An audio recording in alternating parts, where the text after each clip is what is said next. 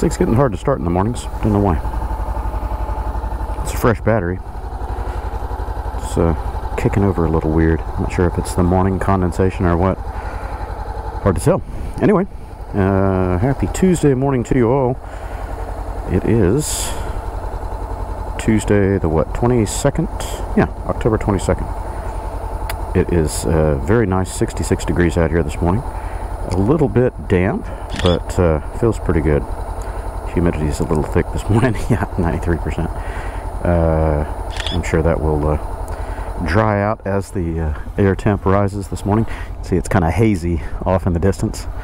Really thick this morning, but I like these fall temperatures we've been getting here in Houston lately. You can see the condensation on the seat.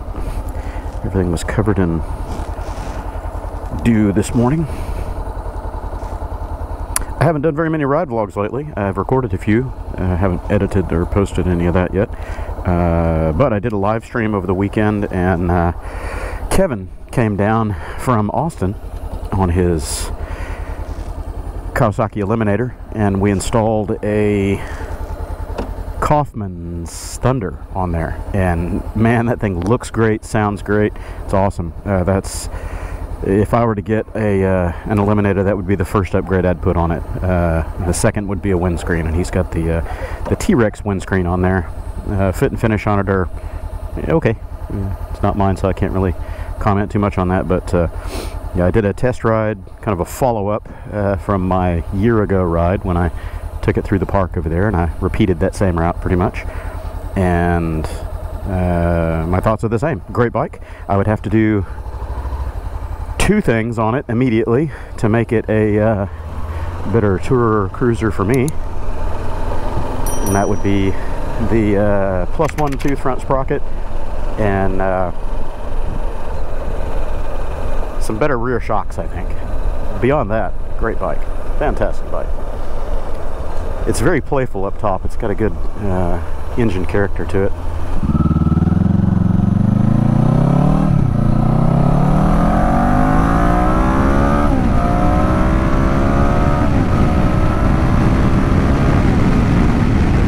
Yeah, it's definitely got more pull up high than the 500s do. Overall speed, I think they're about the same, but it keeps pulling up high in the revs, where the Honda kind of falls off a little bit.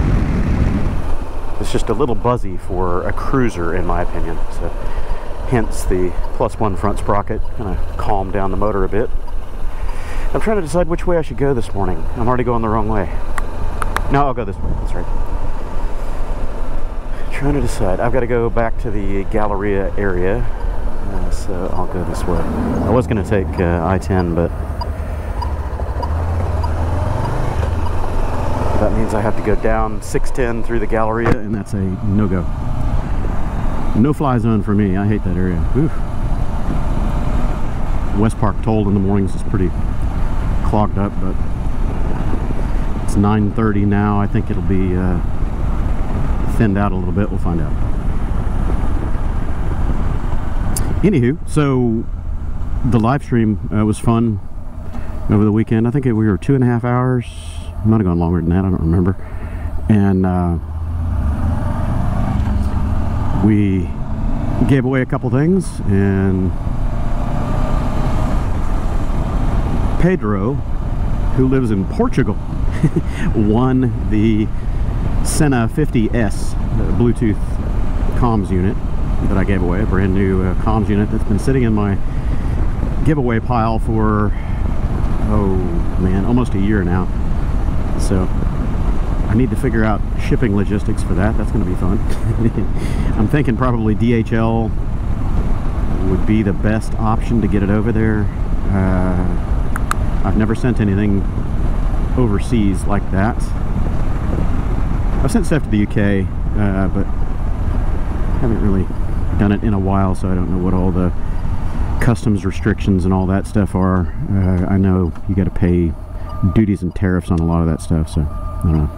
We'll see how it works. If I just can't do it, or if it's going to be too much trouble, I might have to send my apologies to Pedro and send something else to him that isn't going to get stuck in their customs or whatever. So I don't know, we'll figure it out.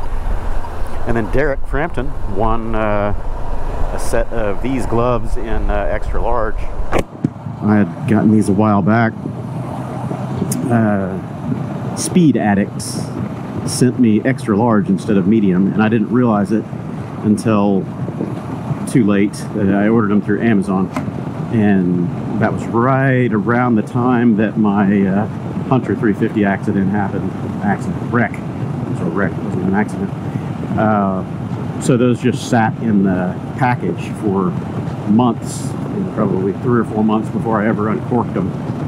And I pulled them out and looked and saw it was extra large. Well, that's not going to do me any good. Derek said he's got wide hands, so all right, there it is, Derek.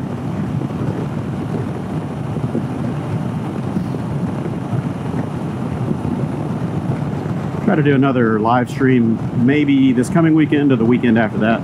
I would really like to get out and do some camping. I need to get out for a little 3-day, 4-day moto camp, and it'd be fun to do a live stream at camp, you know, on site.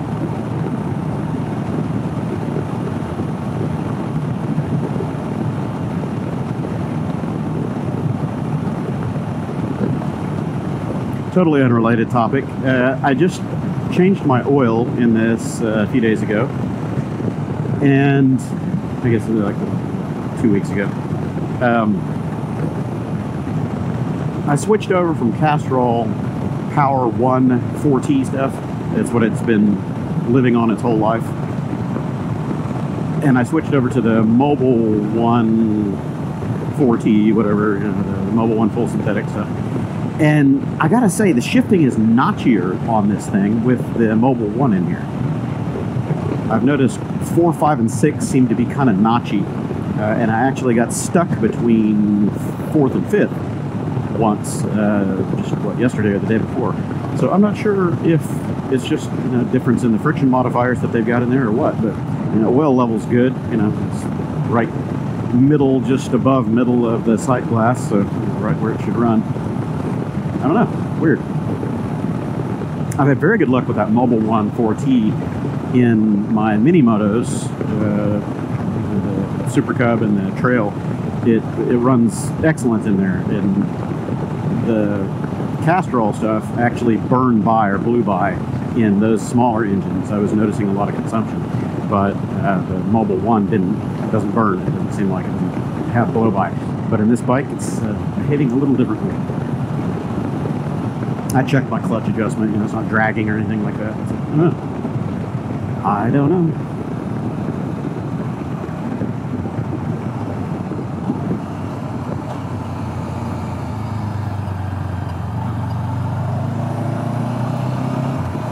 The transmission in this 500X has always been a little bit notchy. They improved the shift forks or something, the shift drum, in the later models. I believe it was 16 and up. They did a minor revision in the case down there, and it supposedly improved shifting feel and all that. I've just gotten used to it. It doesn't really bother me. I've ridden the newer ones, and they do shift a little bit smoother than this one does, but it's not been a problem. You know, this bike is reliable and easy to ride, but this new notchy shifting thing is giving me pause on the Mobile 1 4T. I might switch it back to Castrol. I don't know. I hate dumping $35 worth of fresh oil out of it for no reason, but we'll see. I might just suffer with it through this 3,000 mile interval and then go back to the Castrol after that. God, oil's gotten so expensive though, man. It's $14, $15, $17 a quart. So it takes 3 quarts, 2.9.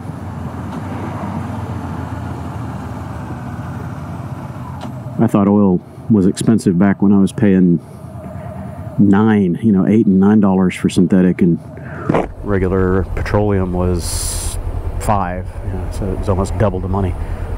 Now it's 17 bucks a quart. Damn! I try to buy it in, you know, cases when I can find it. At a good price through Amazon or any of the resellers, whatever. I used to get some of that stuff over at Cycle Gear, but Cycle Gear is still on my shit list. I'm not buying anything from them for a while. And their prices have gotten just crazy over there. I mean, they're the ones that are wanting $2 or $3 more per quart than what you can pay through Amazon. You know, it's like, wow, $3 more per quart. We're talking 14 to 17. That's a pretty healthy increase there. It's 25%.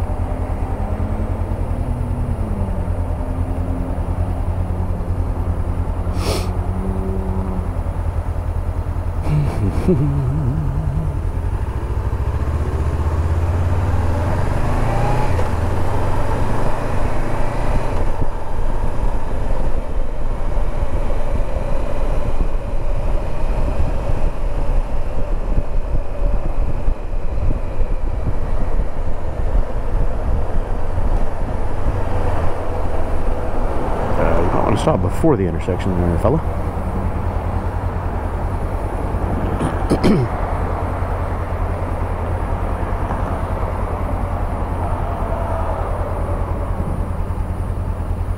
I'm hoping to do a little bit of car shopping here soon. I still have more work that I need to do on the Mazda. I haven't replaced the drive shafts on it yet, and that left drive axle is about to become Bluetooth real soon, so I need to fix that. I've got the shaft sitting in the garage, I just haven't gotten into it.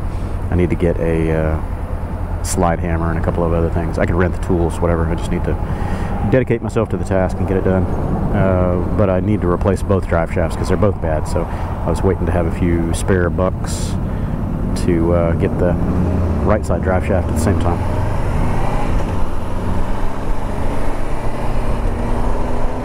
And then it needs control arms and all kinds of stuff. It needs a serious refresh. So I'm going to be spending another couple grand on parts and all that, and if I do all the labor, then you know, it's just labor time. If I have to take it anywhere to have that stuff done, I need to make that decision early. Of course, that costs me more, so that's why I'm trying to do it myself. But I need to make that decision early. Can I get it done in a reasonable amount of time and commit myself to it? Because once you tear it apart, you don't want to go putting it back together. Just take it somewhere else. And if you get it torn down so far that it's in a position where it can't be put back together, then you get real problems. So then you got to hire a mechanic to come to your house.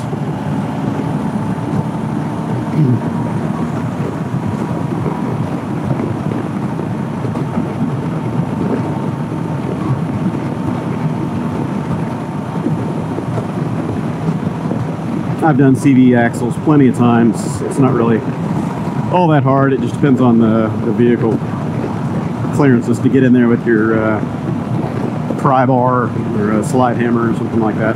And apparently on the Mazda 3, it's really tight to get the jaw of the slide hammer in there on the driver's side. It's super, super tight. There's just no room past the edge of the transmission. So people have had to come up with creative solutions to wedge that thing in there before they start whacking on it. But I don't know. I'll figure it out when I get there. So back to the car shopping idea. I've been looking around for interesting cars, something that I wouldn't mind driving that's not terribly expensive. I won't go expensive, you know, it's going to be cheap. Definitely trying to stay under 10,000, preferably half that. You know, if I can find something for 5 or 6 grand, that's even better, because I'm not using a car all the time. I just need one that's reliable, and it would be nice to have something somewhat fun, but I just need it occasionally. When the weather's bad or super cold, or I just don't feel like riding or whatever. But typically this is my routine here. Rain or shine, hot or cold, I'm running on 2. So the ones I've been looking at, I've kind of got the bug for the Honda CR-Z, the little failed, quote-unquote failed, hybrid sports car. It was supposed to be the reincarnation of the CRX, but it didn't meet good market sales. You know, the community wasn't real friendly toward it. It was overpriced. I looked at it back when it came out in 2011. I was like, are you shitting me? You want 33 grand for this? Are you smoking crack? It didn't have all that much performance. It didn't have anything that made it really that attractive to me to want to jump on it. It wasn't fast. It didn't get stellar gas mileage, so you know, you're kind of taking the worst of both worlds. You don't have good top speed or good acceleration or anything like that from a sports car, and you've got very mediocre fuel economy. It's barely 40 miles to the gallon or something like that. So that's not great for a hybrid, considering the Toyota Prius was smoking it. Anyway, so when it first came out, it was kind of a flop. But now you can get them pretty cheap. I want the 6-speed, you know, the little manual.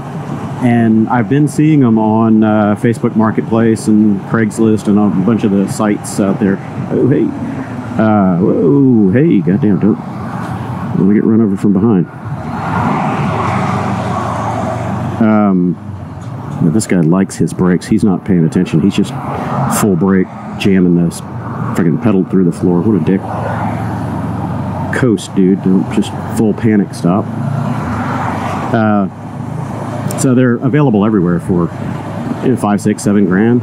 And I think the reason that they're so cheap is because the hybrid battery packs are worn out, and it's a couple $1,000 to put another battery in it.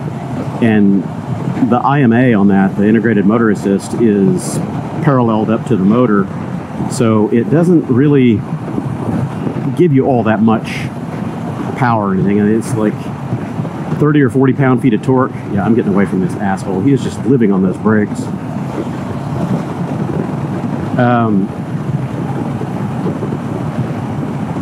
It doesn't run in electric only mode ever. The IMA is only used for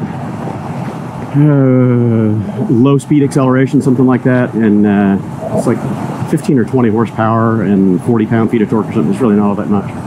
So yeah, anyway, it's kind of a strange setup, and you can't really run the car without the IMA battery working. It kind of cripples it, and people say that you have trouble getting up to highway speeds or maintaining highway speeds or whatever, so you got to have that battery in there. So I don't know. If I find one that the battery is in moderate shape, and I don't mind spending a couple $1,000 to put a battery in it, I might do that. Otherwise, K-swap it. put a K20 or something in there and turn it into the car that it should have been.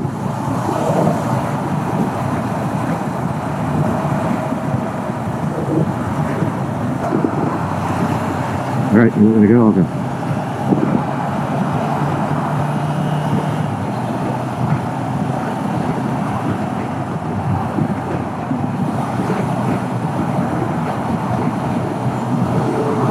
Otherwise, still looking at Miatas. I'd like to get a late model NC, and if I do that, I would very likely do the 2.5 swap on it.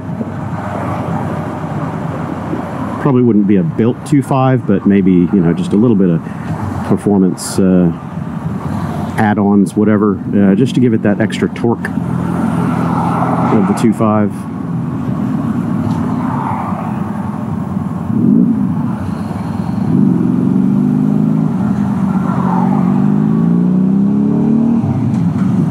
Go ahead, man. You split. I'm not going to split through here. Too many people doing last second lane maneuvers. I'm going to play that.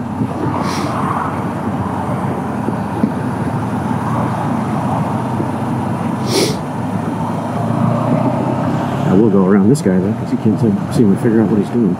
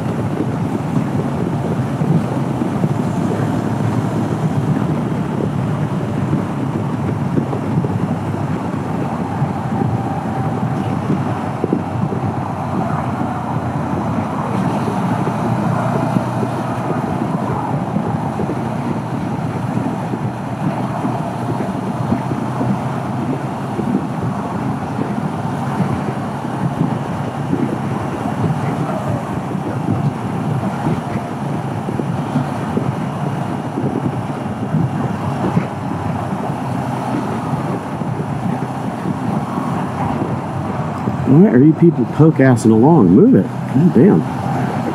Nothing but empty road.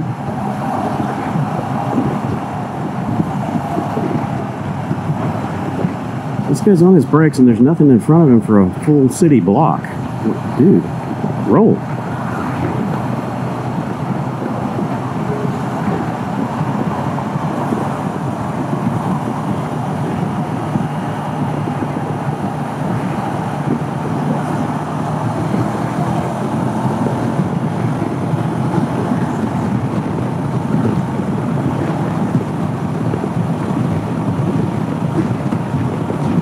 Probably on the phone, who knows.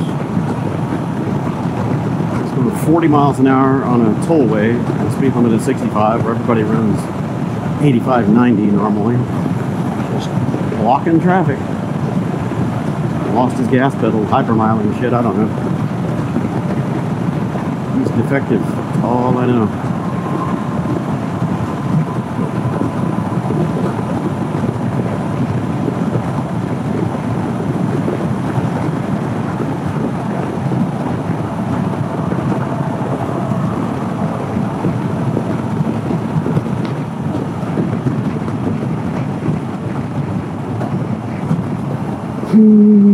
Keep rolling, keep rolling, keep rolling.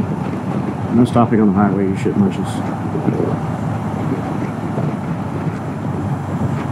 Oh, we got a major something up here. Oh yeah, I see lights and everybody is parked. Alright, you go, you go.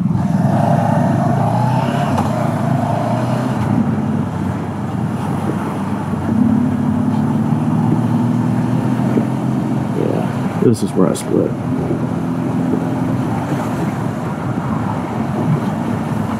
Sitting behind this, it's going to get us run into.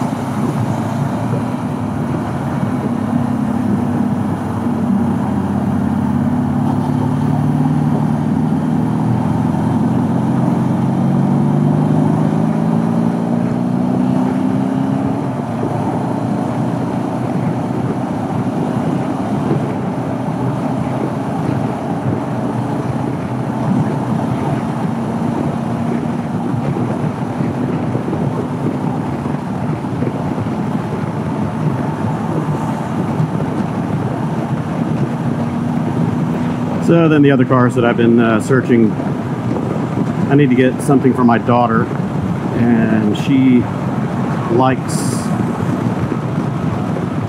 either the small boxy SUVs, you know, like little crossover SUVs, like a Subaru Forester or a Honda CR-V or a RAV4, you know, something in that size range, that aesthetic, or a Volkswagen Bug. And I've heard a lot of problems with Volkswagen Bugs. Mechanically, they're not the greatest, so I'm a little leery about getting into that. However, the prices on them are just crazy cheap. Maybe because of the mechanical problems, I don't know. My wife hates them. She won't drive them, ride in them, be seen dead in them. So, I don't know. If I get one of those, I'll be in the doghouse. But my daughter likes them, so I might find one for her that's in reasonable shape.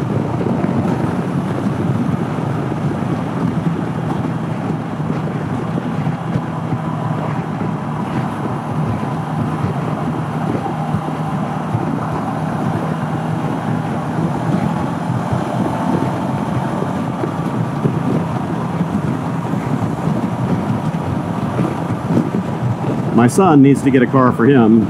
He's picky and wants something sporty and fast and all that, but he's at the age where he needs to get the job and buy it for himself because he's got to pay that insurance. Then, you know, the Mazda was his car for a while, but it went away, got abused and damaged, so now it's back to being a family car, and he's been driving the Accord whenever my wife isn't, so yeah. Anyway. We basically need 3 more cars in the house. 4 adults driving, and only 1.5 cars right now.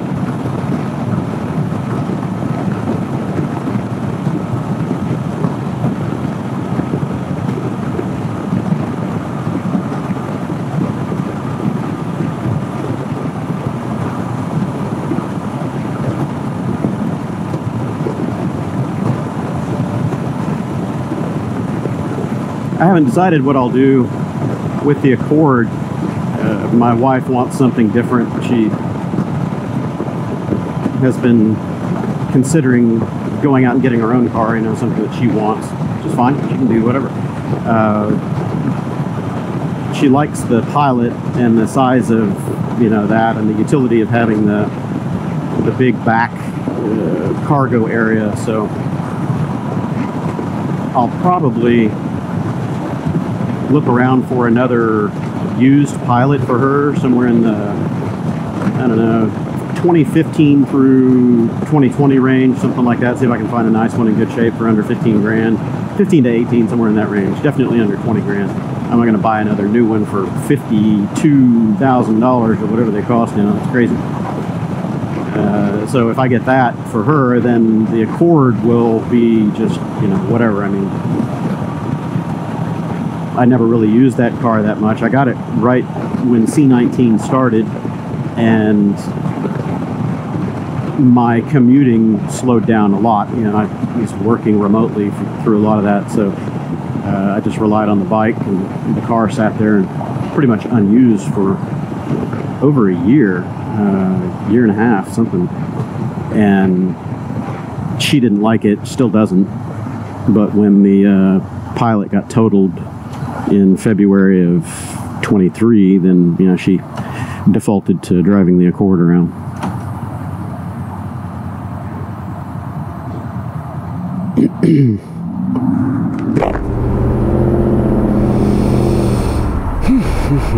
I've been looking at used Mercedes SUVs. They're cheap, but there's got to be a reason behind that. Usually the repairs and upkeep on those, when they're old and at about, you know, 7 years old, something like that, they everything starts failing. You know, electronic suspension goes out, and that's about $2,000 a corner. A lot of various problems with those things, so I don't know if I want to get into that game. There's a whole lot of GLK 350s and stuff like that out there right now. Cheap. Well under $15,000. Good looking cars. I mean, they look great. My wife likes them. So, if you guys know anything about them, then let me know in the comments. I haven't owned any Mercedes, ever. I've driven plenty of them, I just never owned one. And I've owned a few BMWs. It's another game I'm trying to stay out of, is, you know, any of the German luxury cars. Man, they are expensive to maintain after they're out of warranty. I'm not going to enjoy that at all. Your magic number is always about $2,000 or higher. You know, anything goes wrong with them, any little shop visit, whatever, $2,000. Oh, if you got to add parts and more labor or diagnostics to that, bump it. It's 4,000 bucks. Strap in. It's going to get bumpy. And a lot of the shops now, BMW shops in particular, probably Mercedes the same way, they won't service older cars that are out of warranty unless they're CPO or something like that. They won't service them at all. So no, sorry, can't help you. And they'll send you to other shops, and then it's a roulette spin on are you going to get good service or not.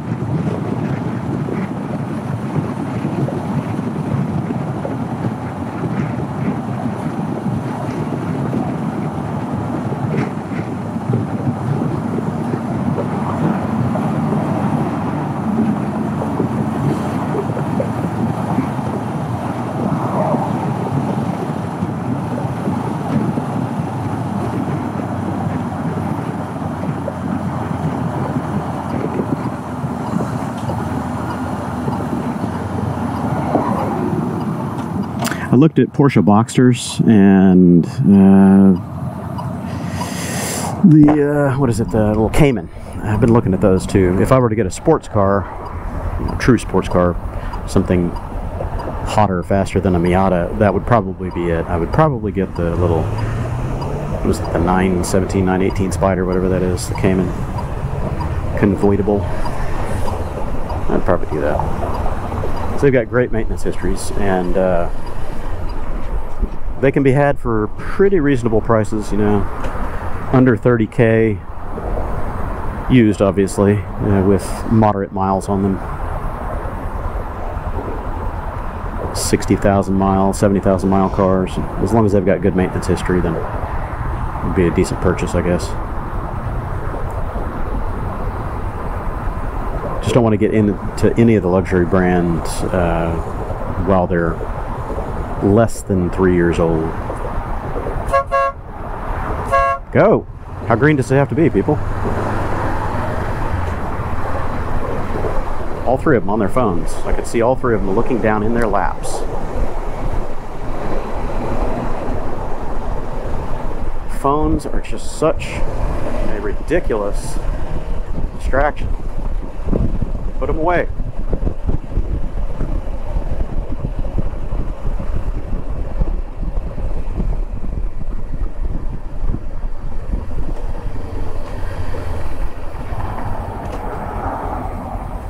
No footer, no footer, no footer, no footer, no footer. No footer.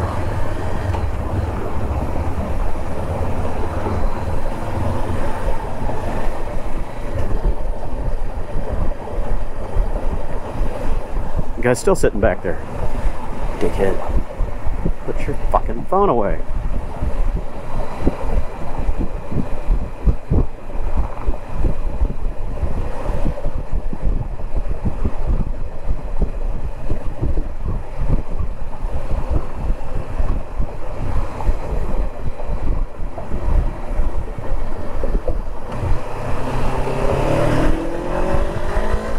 Another one on the phone.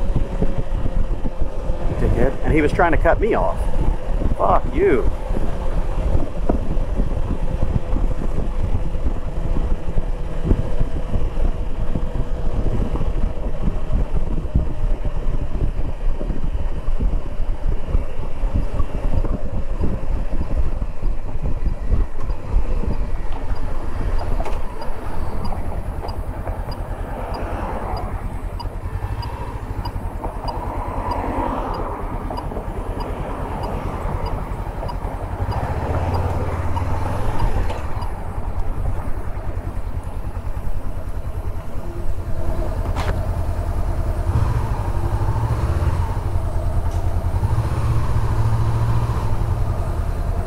Well, you know, I need to learn that pivot trick. I'm going to see if I can do it.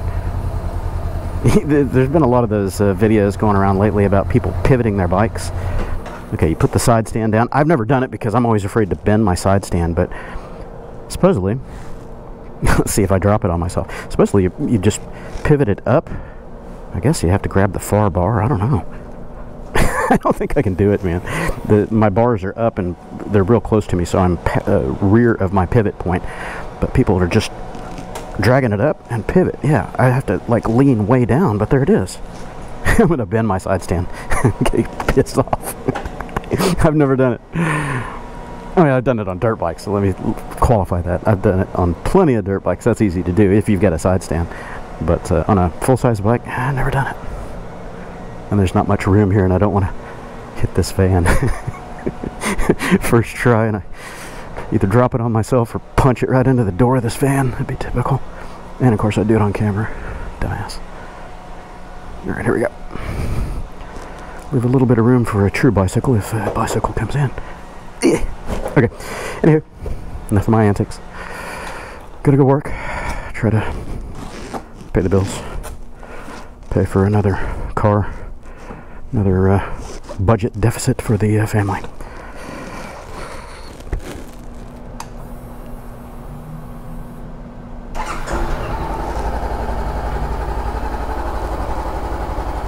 Alright, welcome back. It's about 3:45, getting on 4 o'clock. Try to hit the highway and beat some of the rush hour. Take Westpark Toll back out to Katy. I already looked at the map and it's getting clogged already, so you know, it's not going to be a effortless ride, but we'll see. See how things go.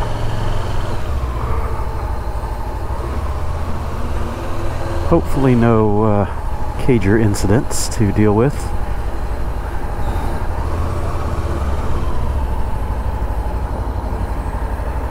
Alright, off we go.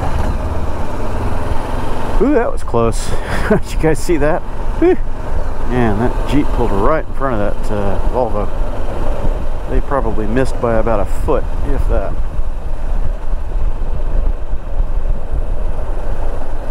Houston's getting crazy, as if it wasn't already. So, where was I? Talking about stuff on the way in. I think I was talking about car shopping. The little Honda CRZ is interesting to me because it's a little hatchback, and it'll give me a way to carry stuff with me, you know, back and forth to work. A little bit more practical than Miata or something like that that just have zero trunk space, you know, almost zero.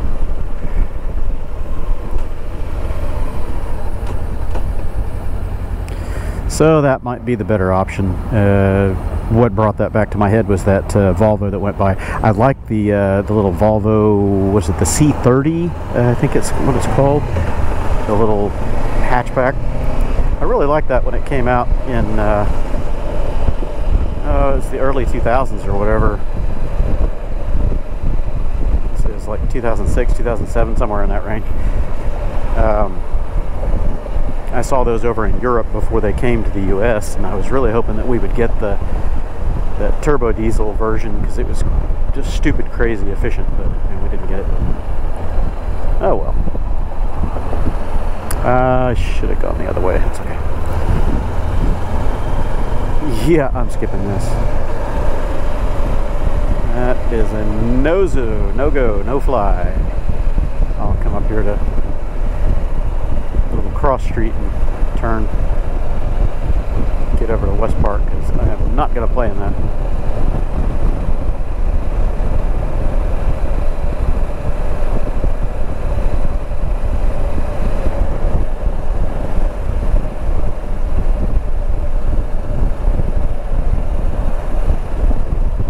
Bumpy bump bump. Ooh, bump bump.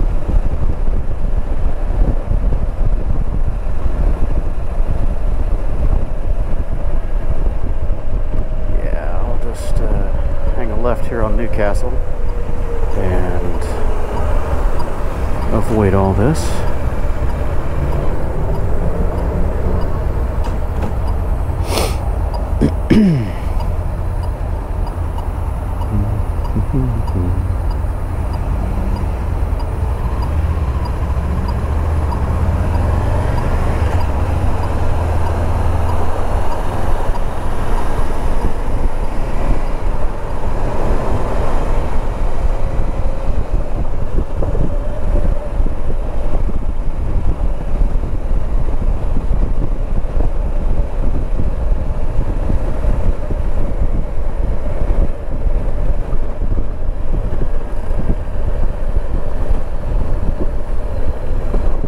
bump. Missed most of them, didn't see that one. There's a trailing edge on that one, that was bad.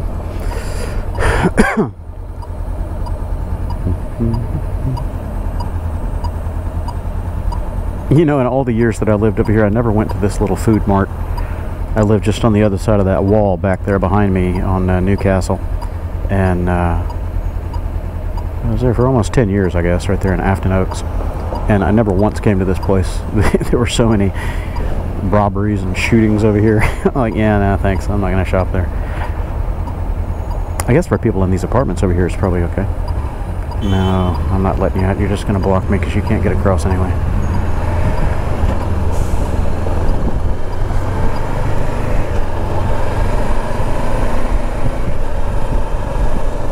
Okay.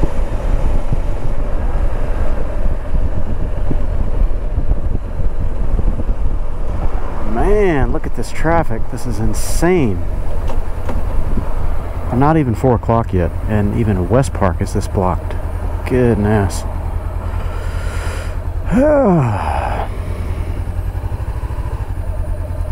Wonder if the light is out or something up there.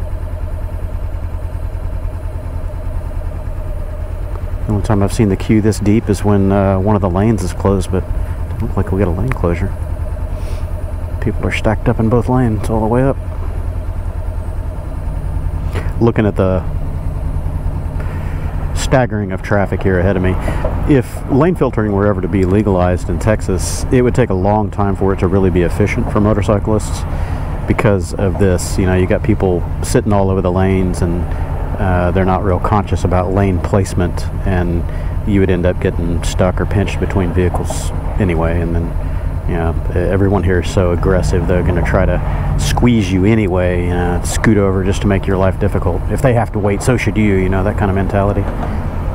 I've noticed that in states where filtering is legal, California predominantly, when you're on the highway or you're in deep intersection queues like this, the cagers tend to scoot to the outer edges of their lanes to leave space between cars. They're pretty good about it, I've noticed. And if they see that you coming up behind them on a motorcycle, if they're still rolling, they try to scoot over a little bit and give space. That's kind of cool. But it's not like that all over California. Just in the areas where they're a little more friendly, LA and places like that, nah, they still try to kill you. Out on the highway between cities, people seem to be pretty civilized about it, and in some of the less densely populated cities, it's okay. Northern California seems to be much better than Southern California, at least based on my last handful of visits. Crab in the bushes. It's funny.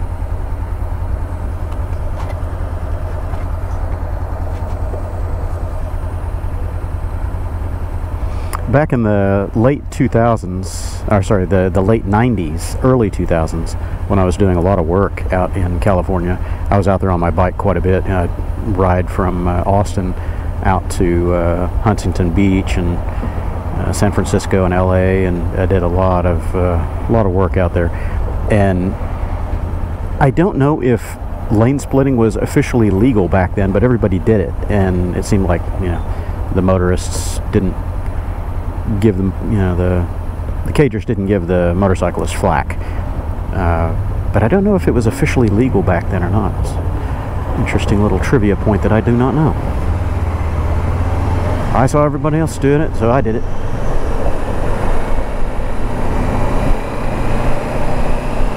Keep rolling, people.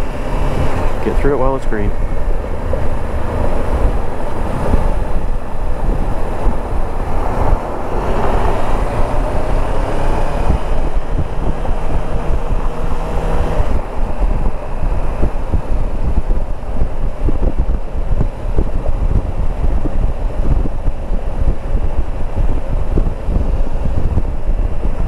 And I miss those evening rides going up and down Highway 1 PCH out there on the coast in California. Oh, I love that. I tried to get out every evening I could, whether I was out there on one of my bikes or if I was renting a car or whatever, just go drive up and down the coast right around sunset.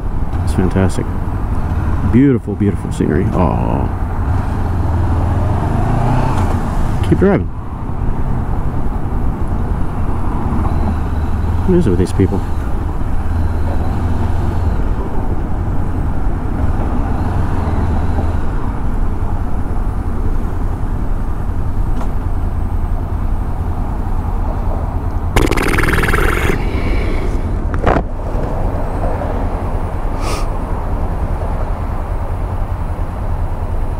Yeah, I used to like going out there to Crystal Caves area and watching the sun setting over the ocean, and there are some little mountains out there in the water, big piles of rocks, whatever you want to call them. That was really nice. The scenery, the weather in California are fantastic. Everything else, I could leave it. Prices, the politics, everything.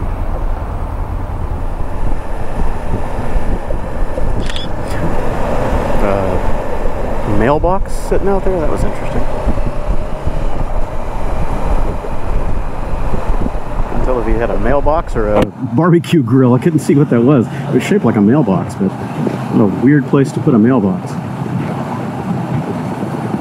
There's a homeless guy that has made himself a little camp right there on the slope of the highway embankment.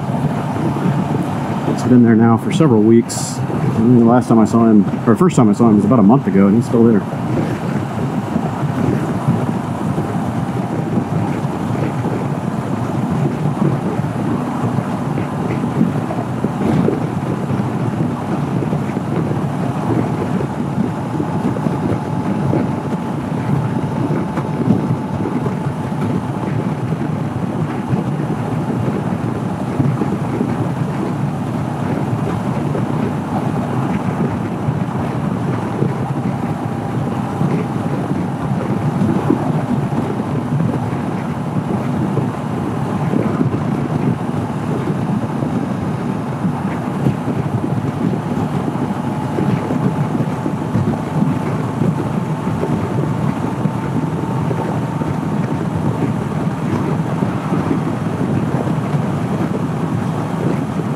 Yeah, so I heard back from my attorneys yesterday regarding the lawsuits and insurance settlement and all that stuff from the wreck last October.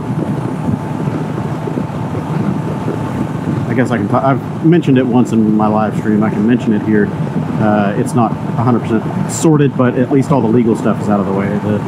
The disbursements haven't happened yet, but I can talk about the legal stuff now that I guess that's finalized somewhat. That guy that hit me, he and his attorney filed a lawsuit against me for, what did they call it? Malicious prosecution. They were trying to prevent any payout to me from the insurance company because I was maliciously prosecuting him. What are you smoking? I don't have anything to do with prosecution. That's a state issue. That's a state affair. Criminal is solely the purview of the state, not civil matters. So they were trying to prevent me from receiving any money, any payout, anything, and filed a lawsuit on me.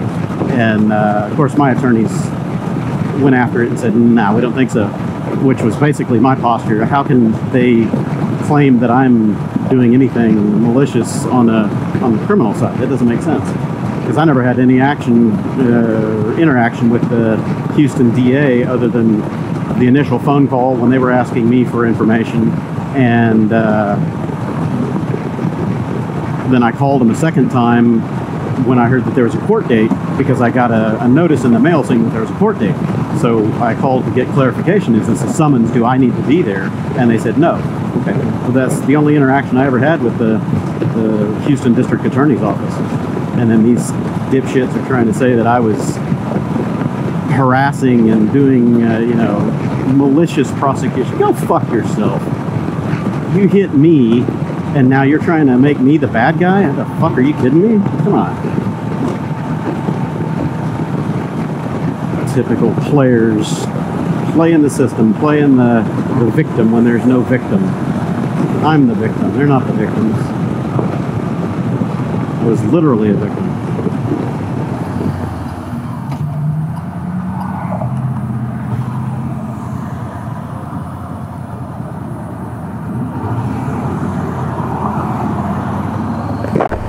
Oh, the Katy crawl. Doesn't matter which highway you take, it's always about the same result.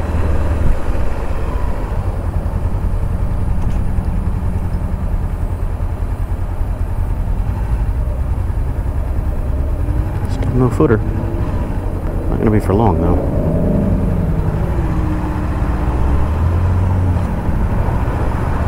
This is the stretch of road that killed my silver wing clutch.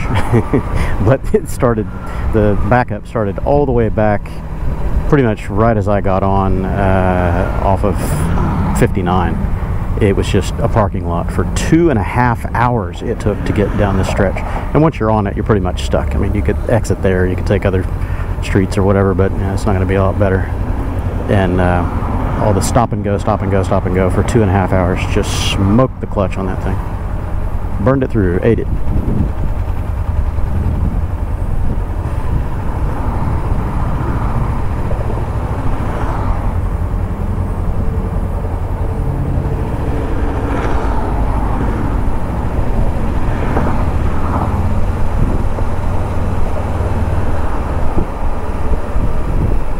This Cadillac is gas to brake, gas to brake, gas to brakes, just hyper aggressive. You're not going anywhere any faster, dude. What you're doing is creating a rubber band behind you.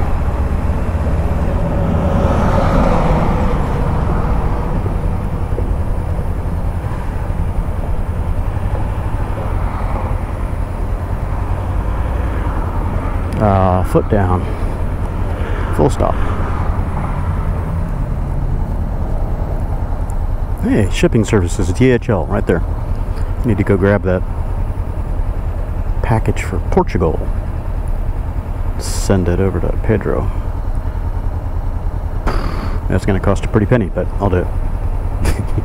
Well, I say I'll do it. I'm going to find out what the customs declaration is going to look like.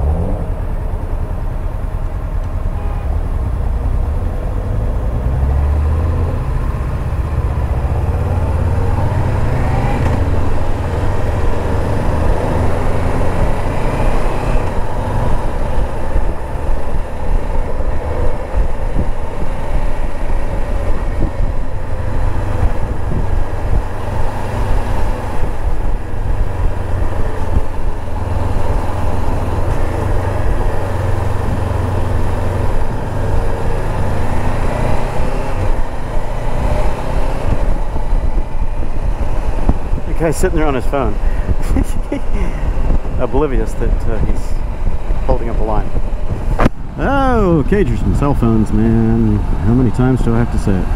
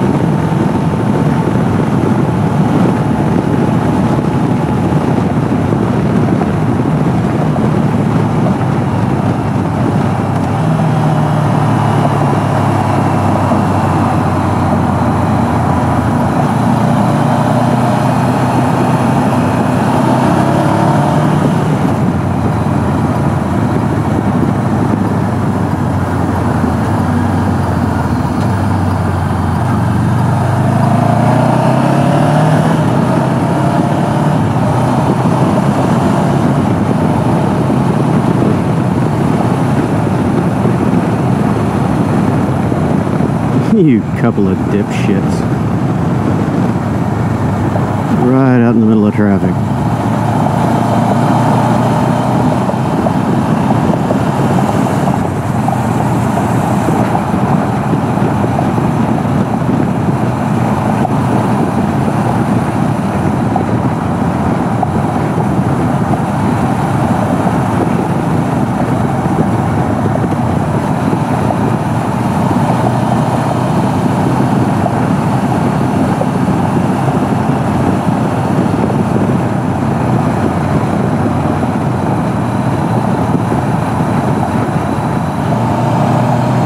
Dude, what are you doing? Fuck.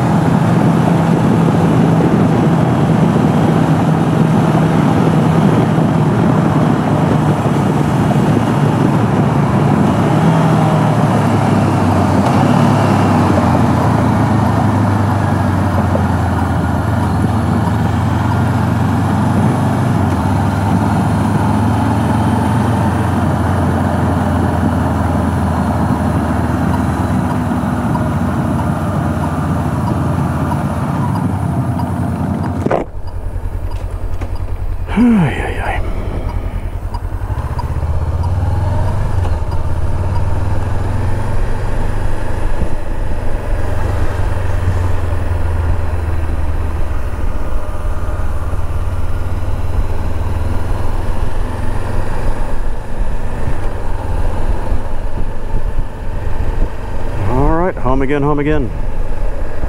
Surprised to see how many of these people still have green yards. They're wasting a ton of water to keep the yards green right now. Ours is dead. I haven't been watering it. Neither of my neighbors or a lot of the other people around me.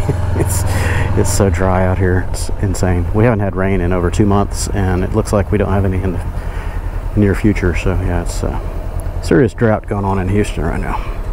Anywho, thanks for tagging along, and I will catch you all later. And ignore my messy patio that's got to go away tonight.